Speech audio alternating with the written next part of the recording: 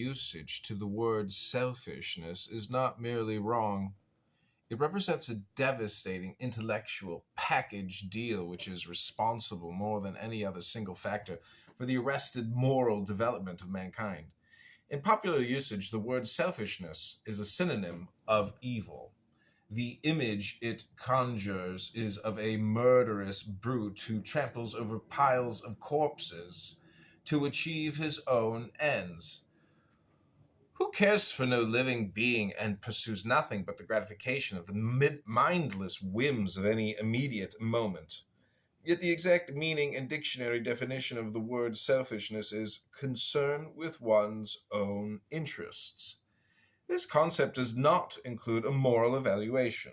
It does not tell us whether concern with one's own interests is good or evil, nor does it tell us what constitutes man's actual interests. It is the task of ethics to answer such questions.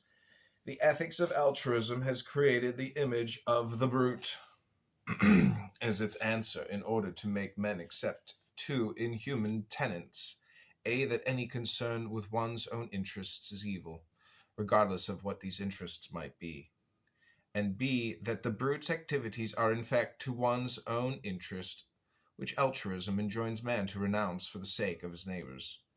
For a view of the nature of altruism, its consequences, and the enormity of the moral corruption it perpetrates, I shall refer you to Atlas Shrugged, or to any of today's newspaper headlines.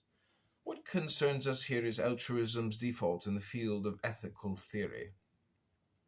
There are two moral questions which altruism lumps together into one package deal. One, what are values? Two, who should be the beneficiary of values? Altruism substitutes the second for the first. It evades the task of defining a code of moral values, thus leaving man in fact without moral guidance.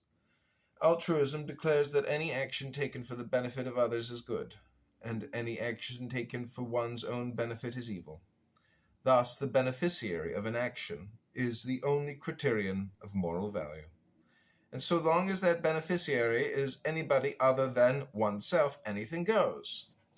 Hence the appalling immorality, the chronic injustice, the grotesque double standards, the insoluble conflicts and contradictions that have characterized human relationships and human societies throughout history. Under all the variants of the altruist ethics, observe the indecency of what passes for moral judgments today.